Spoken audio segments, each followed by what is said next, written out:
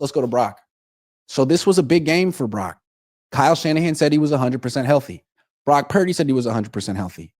I don't necessarily believe him, but they both said he's 100% healthy. So I don't know. Maybe he was. I asked Kyle Shanahan after the game if Brock Purdy had an injection. He said no. So, okay, I believe you. And that's not good for Brock. It's not good for the 49ers, because if his shoulder wasn't the reason that he was passing so poorly today, then maybe it's just that his arm isn't that strong and it was really windy and cold and the ball was wet and he can't play in those conditions.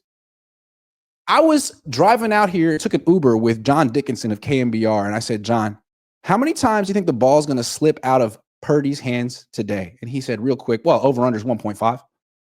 Over-under is 1.5. And we're not talking about like gets hit, just trying to throw the ball and it slips out of his hand. He does it every time. It's just a little bit wet. So to his credit, he got the under. But you can't have that kind of a weakness. Hey, it's a little wet today, so Brock's probably going to fumble at least once. Nah, that's not a franchise quarterback. You could see anytime he had to throw the ball more than 5-10 yards down the field in this win, it was an adventure. And he can't go out there and run around. Like, he's not going to win that way. He's not Josh Allen. He's not Lamar Jackson. He's not Kyler Murray. He goes out and runs around, he's going to keep getting hurt, and he's not going to last.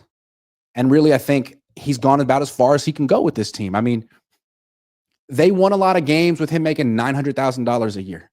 Now the league's caught up to him a little bit. The team isn't as good. He's not nearly as dominant. You can see his weaknesses, and now you're going to give him $50 million a year? I don't think so.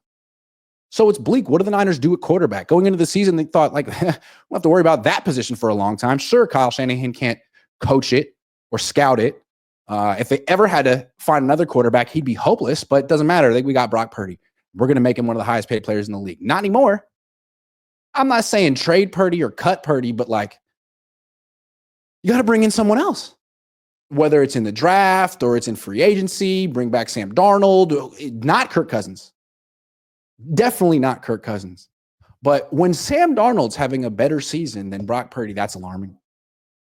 That's terrible. So I don't know what they're going to do, if they're going to draft a quarterback or what, but if they run it back with the same quarterback, they're going to have the same problems next year. We've seen enough from Brock Purdy. There are certain conditions, settings, where he absolutely can't play football. The Niners would have had a better chance to win this game, I really believe it, if Josh Dobbs had played. Because his hands are bigger. He wouldn't have fumbled throwing the ball, which was predictable. He's faster than Brock. He's not better than Brock Purdy, but in the snow, I would have rather have Josh Dobbs. And you can't have a quarterback like that. Now, maybe on another team, if he were to go to the Saints, replace Derek Carr, reunite with Clint Kubiak, and play at least half of his games in the dome, who knows? Maybe that's the right. A lot of people have compared him to Drew Brees. Drew Brees had his best years in a dome. Maybe that's where Brock Purdy needs to be, but he's just not good enough. Good quarterback, but not in these settings and not good enough to win a Super Bowl. The Niners need to find someone else. It's bleak. Salim Ingram says, do you think the Niners tanking will impact ticket sales enough for ownership to actually take action? The Niners are paying so much money to players who are over the hill. Would they pay more money to move to fire Kyle Shanahan? That's a lot of money. I don't know. Propa says Brock is a good quarterback unless it's too hot, too cold, raining, or snowing. Other than that, we're good. Well put. Well put. Sachin says, would you rather Joe Brady or Kyle Shanahan as a play caller?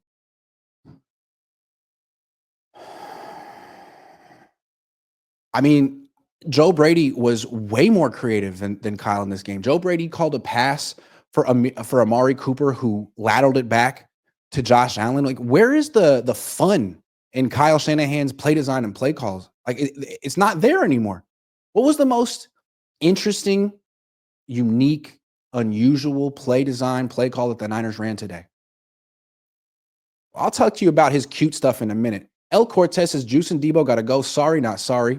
don't have to apologize to me. Bob Oso says, did Debo talk at all after the game? I didn't see him. Kittle, Warner, Purdy stepped up after a bad loss and answered every question. Guess he's saving it for the podcast. Well put. Niner fan 85 says, we have no pass rush besides Bosa. At this point, we should have traded Debo and found a way to keep Eric Armstead. Oh my goodness. Mufasa said, did you see Brock call an audible? No, I didn't. Julian Cortez says, Brock Purdy can't carry this team making dimes and nickels. What makes the organization think he'll do it, making $60 million a year? Can't look at this game and rationally think Brock deserves any more than Allen. Agree. Jesus L says, your show is getting me through this bad season. I'm trying to do what I can, Jesus. Big Tim 3 says, Purdy talks a good game. He's just not it. Yep. Real OBJ CDT says, can we talk about maybe Kyle Shanahan is overrated? Maybe Kyle needs all his superstars. 0-37 when trailing by 8 in the fourth. Belichick won 11-5 with Castle. True. I like my tang on the rock, says Thomas Dela Cruz. Rob Schneider says Kyle Shanahan have the KC have the Illuminati. Niners have Kittle and Kyle. Victor Martinez says Kyle waste of checks, went for one touch, one fumble. Kyle used check.